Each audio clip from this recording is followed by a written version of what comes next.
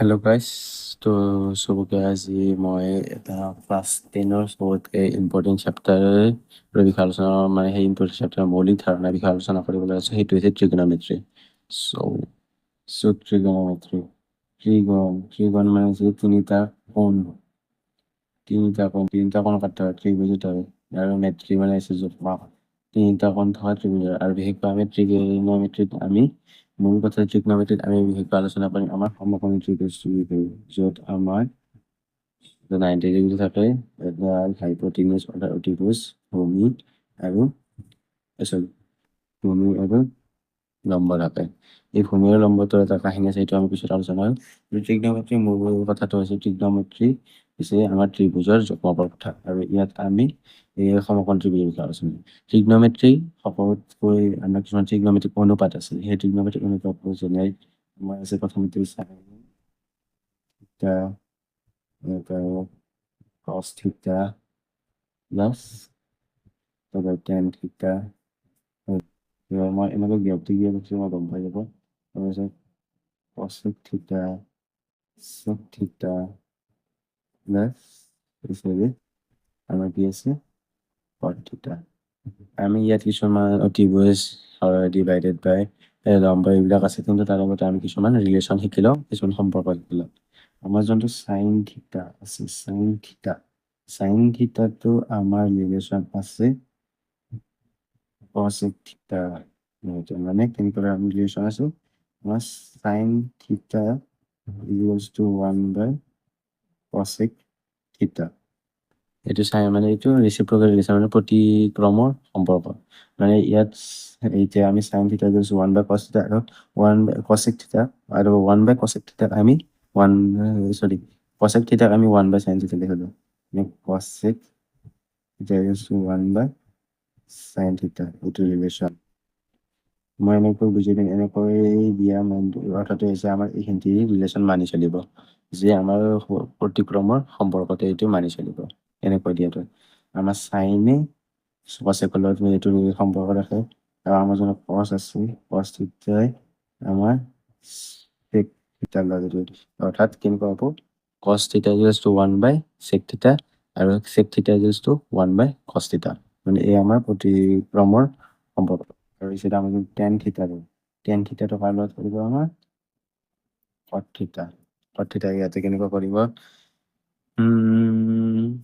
ইয়াতে কৰিব tan থিটা ইকুৱেলছ টু 1/cot থিটা হ'ব, আৰু cot থিটা ইকুৱেলছ টু 1/tan থিটা। ধৰি লওক আমি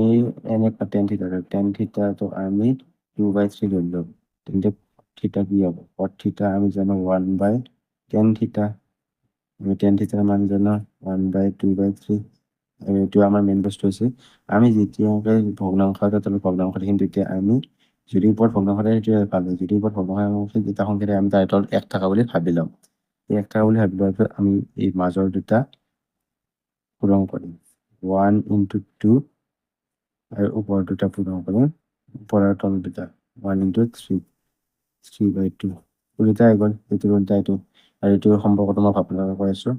আমাৰ যোনটো ধৰি লওক a/b ডিভাইডেড বাই c/d। এই বস্তুটো আমি কেনেকৈ কৰিম, মাজৰ দুটা থাকিব এটা তলত bc আৰু ওপৰৰ দুটা একেলগে থাকিব ad। এইটো আমাৰ প্ৰমাণ কৰা সূত্ৰত বহুত প্ৰয়োজনীয় হ'ব, এইটো মই ভাবোঁ।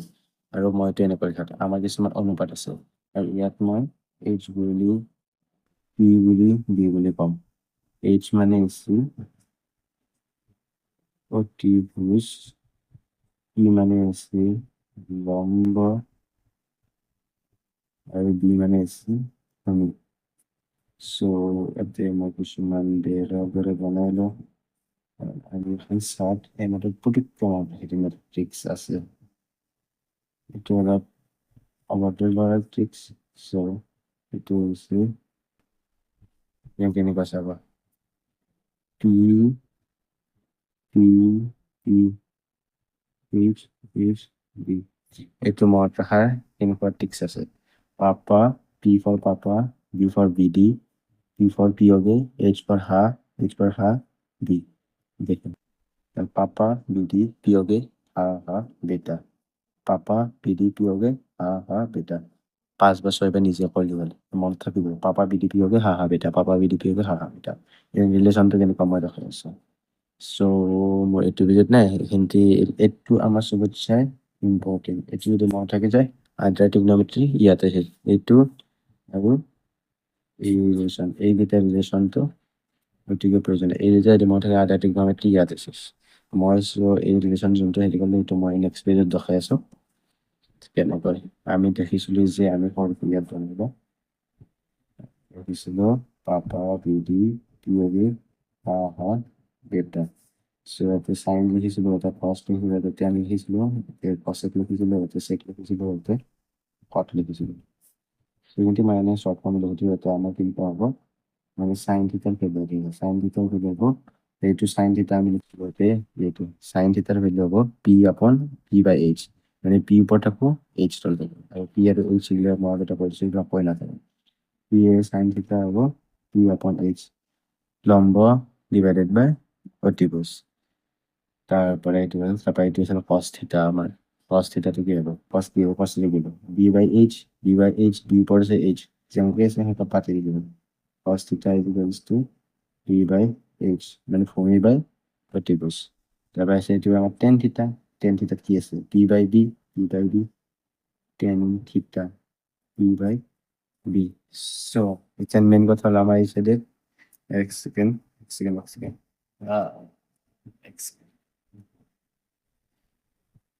সো আমি মেইন কথা হল যে আমি সাইন কস টেনৰ পাই গ'লো এইকেইটা গম পাই গ'লো ডাইৰেক্ট হয় কিন্তু আমি এতিয়া কচেক চেক আৰু কটৰটো গম পোৱা নাই আৰু আমি আমাৰ যোনটো ৰিলেশ্যন আমি ফাৰ্ষ্ট পঢ়িলোঁ সেইটো আমি কিয় ইম্পৰ্টেণ্ট এতিয়া আমি সাইনৰ দ্বাৰা আমি কচেক নিৰ্ণয় কৰিব পাৰোঁ কচৰ পৰা আমি চেক নিৰ্ণয় কৰিব পাৰোঁ আৰু টেনৰ পৰা কট নিৰ্ণয় কৰিব পাৰোঁ চ' এতিয়া আমি কেনেদৰে নিৰ্ণয় সাইনেদি আমি কচেক কৰিম যদি সাইন যদি পি বাই এইচ হবে কসেকটো তাৰ উল্টা হ'ব কাৰণ সাইন এতিয়া গৈছোঁ 1 বাই কস থিটা কি হ'ব এইচ বাই পি এই যে কসেক থিটা যদি আমি উল্টাই লওঁ এনেকৈ উল্টাই ল'লে কেনেকুৱা হ'ব এইচ বাই পি এনে কথা মানে ইয়াতে যোন থাকিব এনে ওপৰত লাইন ওপৰৰ লাইনটোত যাব ওপৰৰ লাইনটোত এই চাইডে ওপৰৰ খিনিটো কৰিলে এই চাইডে আৰু তলৰ খিনিটো কৰিলে এই চাইডে ওপৰৰ পৰা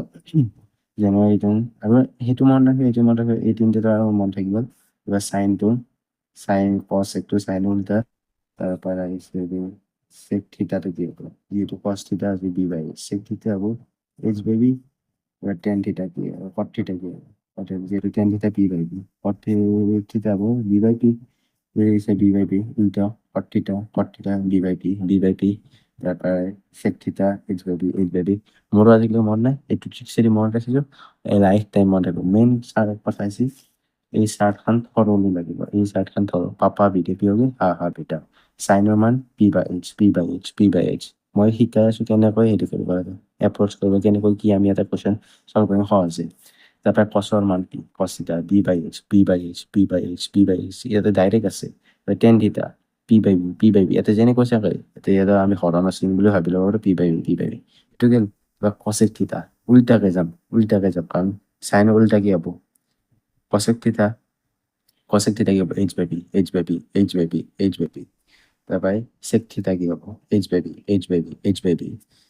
উল্টা মেইন কথা যে উল্টা যাব লাগিব cot theta b by p এই আমি এই ৰিলেশ্যনটো মনত ৰাখিলে যে ৰেচিপ্ৰকেল মানে প্ৰতিসম ৰিলেশ্যন এই ৰিলেশ্যনটো মনত ৰখাৰ পিছত আমাৰ এইখিনি পানী হৈ যাব সো ট্ৰিগনমেট্ৰিৰ আমাৰ 50% কনচেপ্ট শেষ নিজকে চাব্বাচি দি কিনে ক'ব পাৰে আমি ট্ৰিগনমেট্ৰি শিকি ল'লোঁ মেইন কথা আছে এই দুটা ৰিলেশ্যন থাকিলে বহু ইম্পৰ্টেণ্ট এই দুটা ৰিলেশ্যন শিকিলে আমি পিছৰ কনচেপ্টকেইটা শিকিব নোৱাৰিম য'ত আমাৰ পিছৰ ট্ৰিগনমেট্ৰি কিছুমান ভেলু থাকে কিছুমান নিৰ্দিষ্ট কোণত চ' সেইকেইটাৰ ফালে আমি এতিয়া আগবাঢ়িম কিন্তু এইকেইটা আমি ফাৰ্ষ্ট ৰিভাইজ কৰি ল'বা আৰু বুজি লোৱাটো প্ৰয়োজনীয় চ' মই এতিয়া কোণৰ মানকেইটাৰ ফালে যাওঁ চ' এখন আছে এখন তালিকা বহুতে কয় বহু স্কুলতে কয় এই গোটেইখন মুখস্থ কৰি ল'বা গোটেইখন মই কৈছোঁ নালাগে মই একদম সহজ টিকতে দেখি আছোঁ আমাক মনত ৰাখিব লাগিব অনলি চাইনে আৰু চাইনেটো ইমান মনত ৰাখাই দিম কথাই নাই মোৰ আজিলৈকে মই মুখস্থ কৰা মোৰ মনত আছে চ' মই তালিকাখন বনাই লওঁ পুতুককৈ তালিকাখন আৰু চৰি ইয়াতে আমি হিন্দী ৰিলেশ্যন শিকিলোঁ যোনটো প্ৰতিক্ৰম ৰিলেশ্যন কিন্তু ইয়াতে আমাৰ ইম্পৰ্টেণ্ট দুটা বস্তু আছে সেই দুটা বস্তু মনত ৰাখি থ'লে বেছি ভাল হয় আমি যদি টেন থিটা আৰু cot থিটাৰ ভেলু আছে এইটো মনত ৰাখি থৈ দিব লাগিব tan থিটা ভেলু 1 আৰু যোনটো মনত ৰাখিব tan থিটা ভেলু হ'ল sin থিটা বাই cos থিটা বাই বাই cot থিটা ভেলু হ'ব cot টো যিটো tan ভেলুটা এটা হ'ব cos থিটা বাই sin থিটা এইটা মনত রাখা প্রয়োজন এইটা মই পিছত টাইম পেলে ডাইরেক্ট কৰি দিম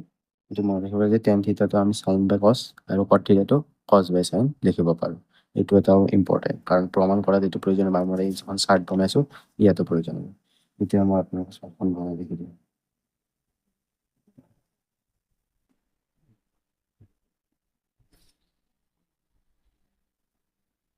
সো এইটো থিটা দিল 0 ডিগ্ৰী আমি কিছুমান স্ট্যান্ডাৰ্ড কোণত হয় 0 degree 30 degree 45 degree 60 degree 90 degree so প্ৰথমতে sin cos tan cosec sec cot সাইনত তো মনে রাখলে সাইনত এটা মনে করে 0 half 1 by root 2 root 3 by 2 1 0 half 1 by root 2 root 3 by 2 1 0 half 1 by root 2 root 3 by 2 1 0 half 1 by root 2 root 3 by 2 1 0 half 1 by root 2 root 3 by 2 1 0 half 1 by root 2 root 3 by 2 1 10 বার মান করা মনে থাকি দেব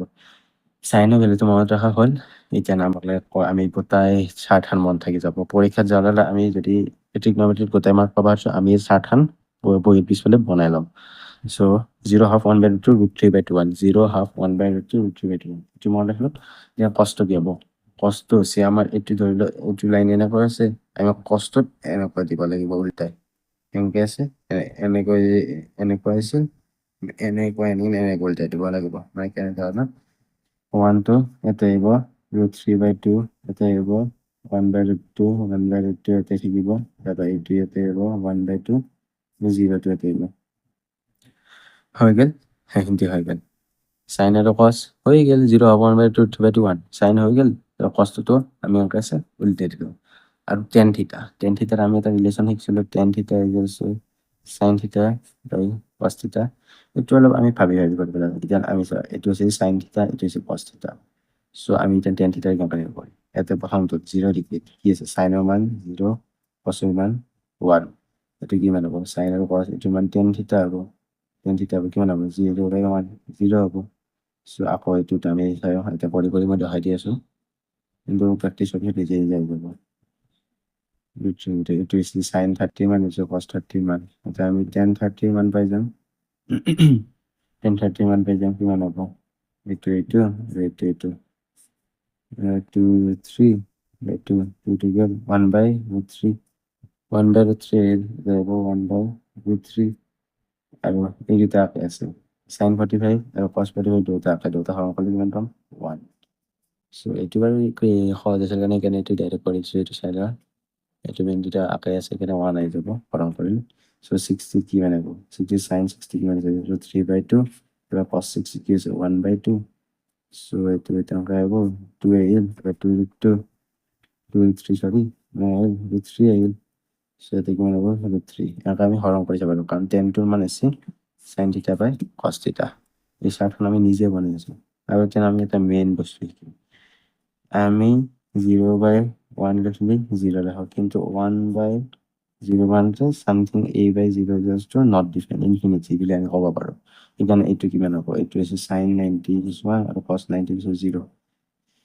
এইটো হ'ব আমাৰ ইনফিনিটি বা সংখ্যাবদ্ধ নহয় মই ইনফিনিটি বুলি দিছো জাগা নাই যেটো ইনফিনিটি মানে সংখ্যাবদ্ধ নহয় ইনফিনিটি মানে সংখ্যাবদ্ধ নহয় এইটো লিখিলে কিতাপত আছে যেন 10 টো অলপ মাথা মাৰিব লাগে এই cos আৰু sin টো 0 half 1 by root 2 root 3 by 2 1 sin টো হ'ল cos টো এনেকৈ আছে নকলটো গ'ল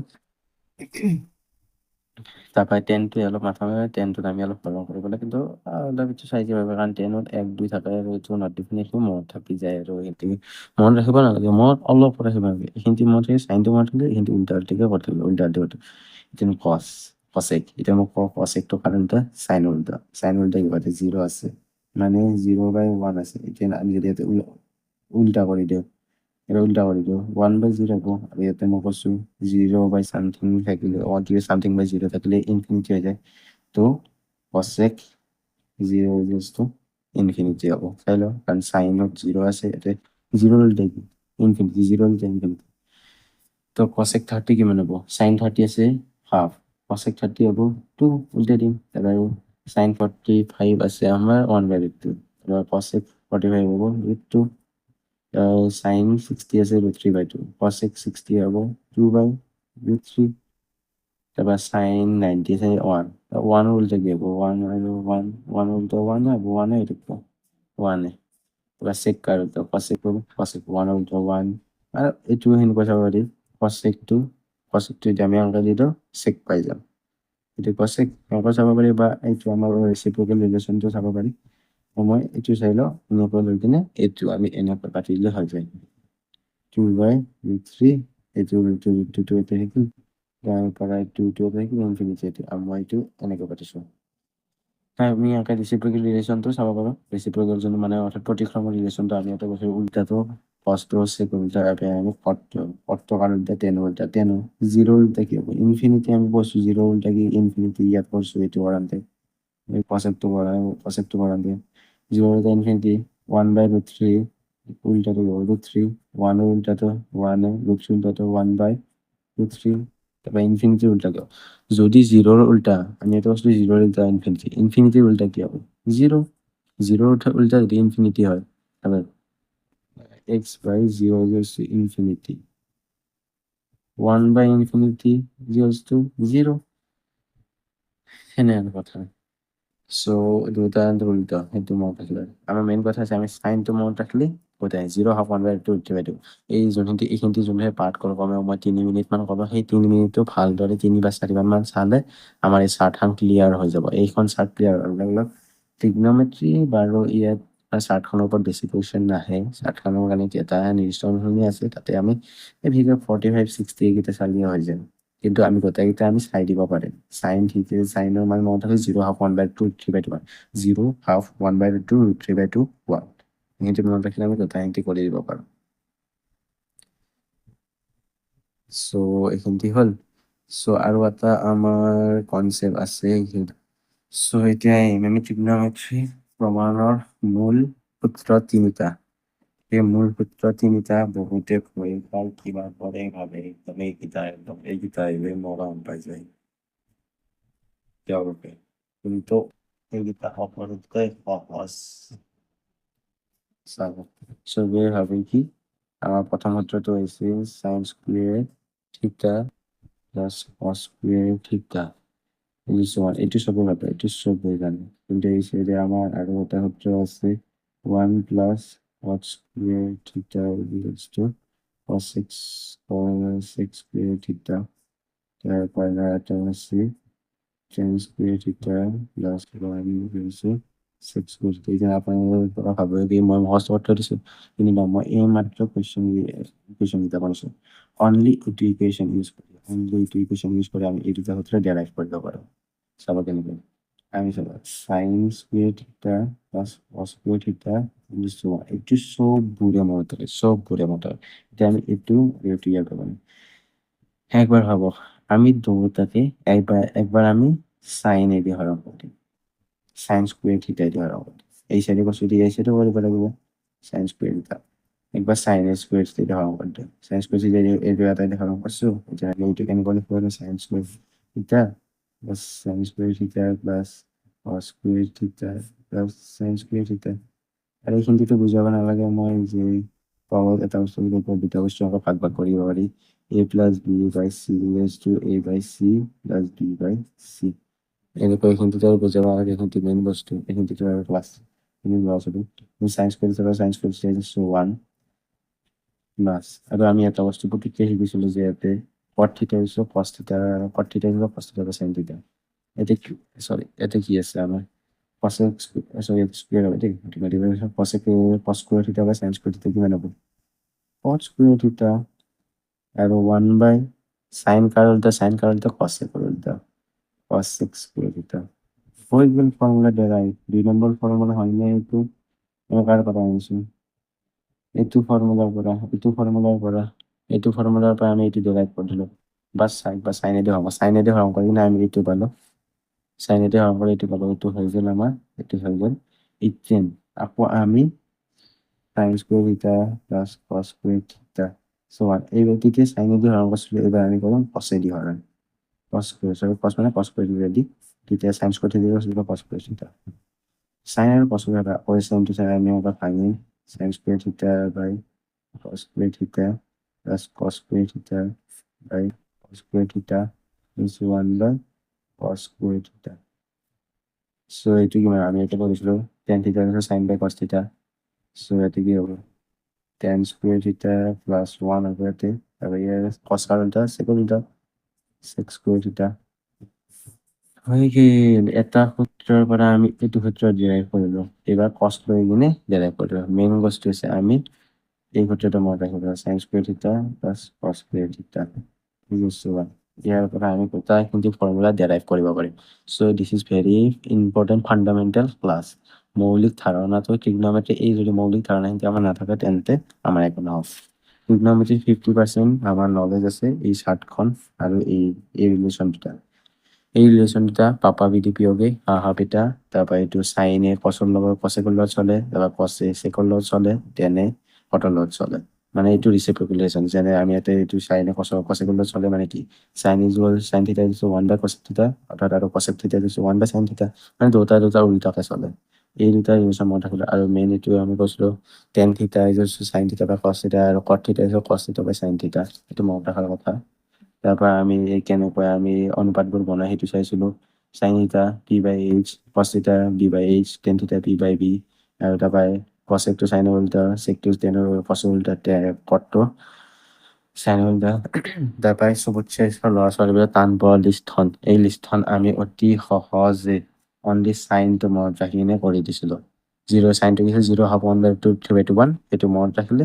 মোক এজন মোৰ টিচাৰে কৈছিল তেতিয়া আৰু মোৰ মনত আছে এই এনেকৈ 0 হাফ 1 by 2 3 by 2 1 মনত ৰাখিলে আমি গোটাইকেইটা বনাই দিব পাৰো।